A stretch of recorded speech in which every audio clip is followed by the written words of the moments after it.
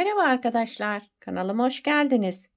Bugünkü modelimizde şöyle güzel pembe Nako'nun bebe yünü var. Onunla başlayacağım. Harika bir modelimiz var. Şöyle ipim orta kalınlıkta bir ip.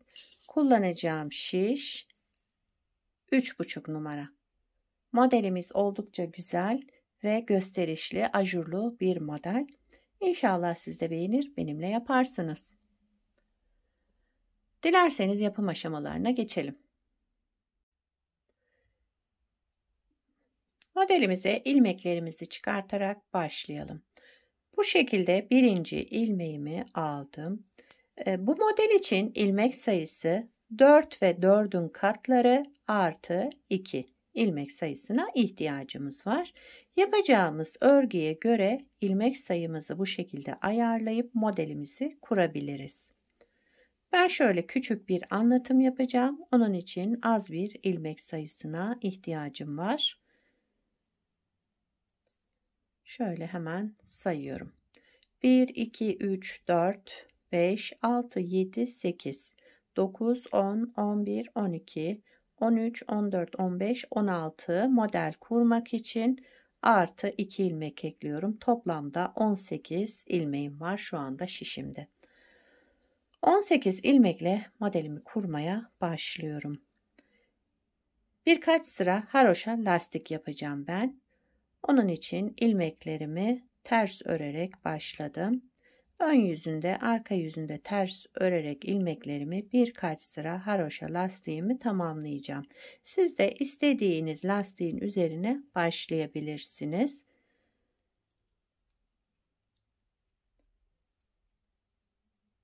Şöyle bir sırayı beraber yapalım. Daha sonra lastiğimizi tamamlayalım.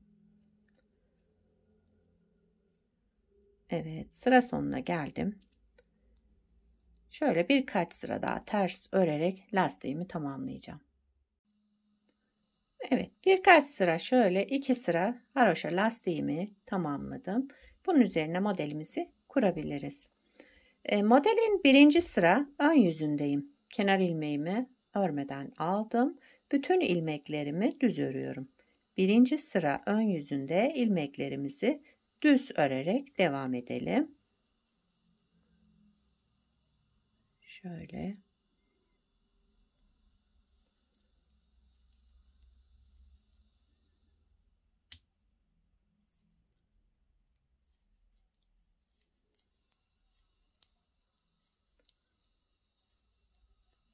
Evet, bir sıra düz ördüm. Birinci sıra ön yüzü.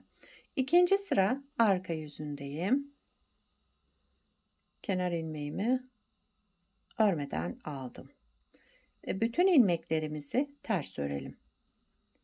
Birinci sırada düz ördük. Ön yüzünde, ikinci sıra arka yüzünde ters örerek devam edelim ilmeklerimizi.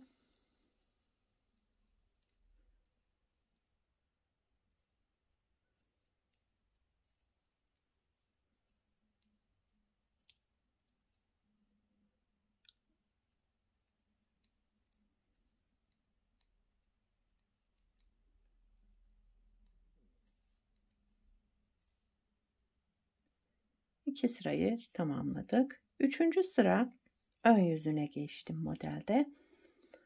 Üçüncü sıra ön yüzünde kenar ilmeğimi örmeden aldım.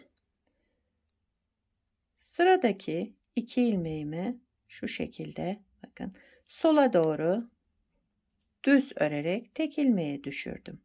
Devamında bir kez doladım, artırma yaptım. Daha sonra sağa doğru kesmek için ben 2 ilmeğimi yerini değiştiriyorum ve sağa doğru 2 ilmeğimi tek ilmeğe düşürdüm. Tekrar sola doğru 2 ilmeğimi düz örerek kestim. Bir artırma yaptım. Devamında sola doğru kestim. Şimdi sağa doğru. Siz şöyle alabiliyorsanız sağa doğru kesimlerinizi bu şekilde yapabilirsiniz. Ama ben öyle zorlandığım için ilmeklerin yerini değiştiriyorum. Daha sonra düz örerek kesiyorum.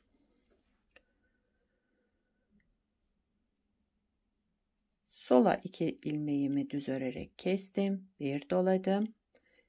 sağa doğru kesmek için 2 ilmeğimin yerini değiştirdim ve düz örerek kestim. Sola doğru 2 ilmeğimi düz örerek kestim. Bir doladım ve şimdi artırma yaptıktan sonra sağa doğru 2 ilmeğimi tekrar kestim burada.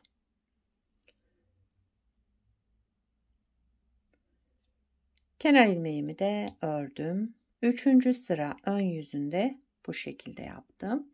4. sıra arka yüzündeyim modelin. Kenar ilmeğimi örmeden aldım. Şöyle, evet. Ters olan ilmeğimi ters ördüm. Bir ters ilmek. Bu artırma yaptığım, ajur yaptığım ilmeği önce bir ters ördüm. Daha sonra şişime bir doladım. Tekrar aynı ilmeği ters ördüm. Yani bir ilmekten 1, 2, 3 ilmek çıkarmış oldum. Aradaki 1, 2 ilmeğimi ters ördüm. Ajura gelince önce bir ters ördüm. Şişimden çıkarmıyorum. Bir doladım. Bir kez daha ters ördüm. 2 ters ilmek.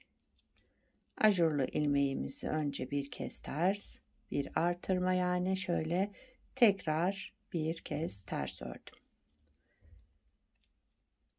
Bu şekilde devam ediyoruz. 4. sıra arka yüzündeyim. Kenarda son ters ilmeğim, bir de kenar ilmeğimi ördüm. 5. sıra ön yüzüne geçtim. Kenar ilmeğimi örmeden aldım. Sıradaki ilmeğim düz olarak ördüm. Bu üçlü ilmeğe geldim. Bakın, ajur tek ilmekten 3 ilmek çıkarmıştık. Bu ilmeklerin birincisini düz ördüm. Şu şekilde düz ördüm. Ortada olanı örmeden aldığım ipim ön tarafta. Örmeden aldım. Devamındaki ilmeğimi de yine düz ördüm. Sadece ortadaki ilmeğimizi örmeden alıyoruz. Bakın, buraya kadar düz ördüm. Bu ortadaki ilmeği ipi kendimden tarafa alarak örmeden alıyorum. Diğer ilmeklerimi düz örerek devam ediyorum. Yine geldim bu ortadaki ilmeğe. İpi kendimden tarafa aldım. İlmeğimi örmeden aldım. Diğer ilmeklerimi düz örerek devam ediyorum.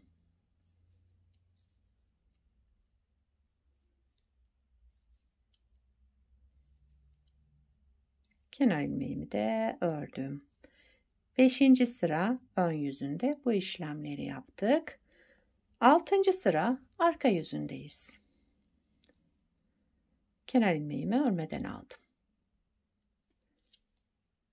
Bir ters ilmek ördüm. Şimdi bu üçlü ilmeğe geldim yine.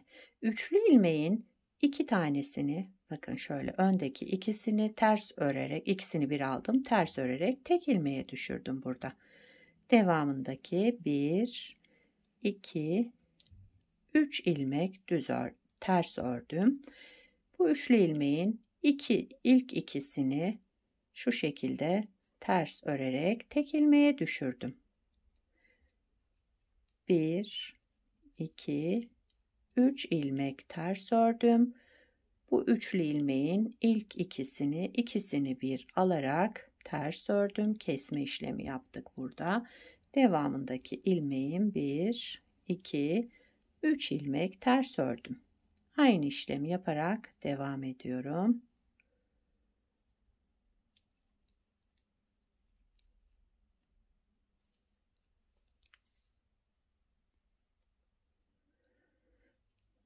Modelimizi bir kez kurmuş olduk arkadaşlar. Bakın, model böyle devam edecek. Harika, güzel, kullanışlı bir model. Modelimiz oldukça kolay. Anlaşılmayan yer olduysa videoyu baştan izleyebilirsiniz. Bir kez kurduk beraber. İkinci model kurulumunda yine 1. sıra düz, 2. sıra ters, 3. sırada yine 2 ilmekleri şöyle çift alarak aralarda artırma yapıyoruz. Yani videoyu tekrar izleyebilirsiniz. Bir kez daha anlatmama gerek yok herhalde. Modelimiz böyle devam ediyor. Model oldukça kolay ve güzel bir model. Bir de daha önce yapmış olduğum parçam var. Bunu da daha önce yaptım. Bunu beraber yaptık. Bunda da şöyle tekstil tipi lastik başladım. Kanalımda var anlatımı. İsterseniz oradan bakabilirsiniz. Bunda da 2 sıra haroşa lastik yaptım. Dediğim gibi istediğiniz lastiğin üzerine başlayabilirsiniz. Her türlü lastiğe uyum sağlayabilecek güzel bir model. Modelin arka yüzü de bu şekilde. Kenar ilmeklerimiz şöyle çıkıyor. Bu lastiğe de gayet güzel oldu bence. Sizlerin fikrini de bekliyorum, yorumlarda belirtirsiniz. Bu modelden yelek yapabilirsiniz, hırka yapabilirsiniz. Yazlık örgülerinizde merserize koton iplerle bu modeli kullanabilirsiniz. Yetişkin örgülerinde, çocuk örgülerinde her türlü örgüde kullanabileceğiniz kullanışlı, yapımı da kolay ve zevkli bir model. İnşallah siz de beğenir, benimle yaparsınız.